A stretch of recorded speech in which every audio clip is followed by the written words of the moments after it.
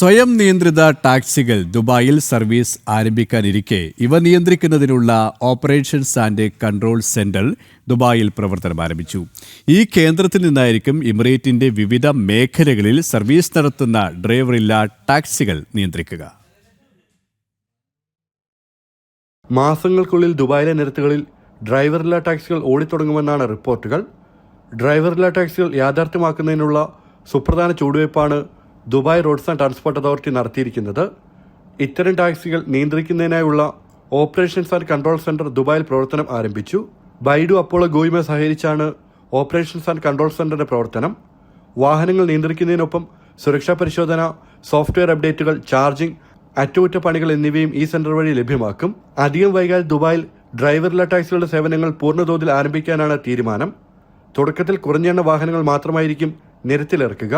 എന്നാൽ പിന്നീട് കൂടുതൽ വാഹനങ്ങൾ സർവീസിനായി സജ്ജമാക്കും. ഭാവിയിൽ ഡ്രൈവറില്ലാ ടാക്സികളുടെ എണ്ണം 1000 ഉയർത്താനാണ് ലക്ഷ്യമിടുന്നത്. 2030 ആകുമ്പോഴേക്കും ദുബായിലെ മൊത്തയാത്രകളിൽ 24% സ്വയം ഓടുന്ന ഗതാഗതമാക്കുന്ന ലക്ഷ്യത്തിന്റെ ഭാഗമായാണ് റോബോ ടാക്സി പദ്ധതി. ജനം, ദുബായ്.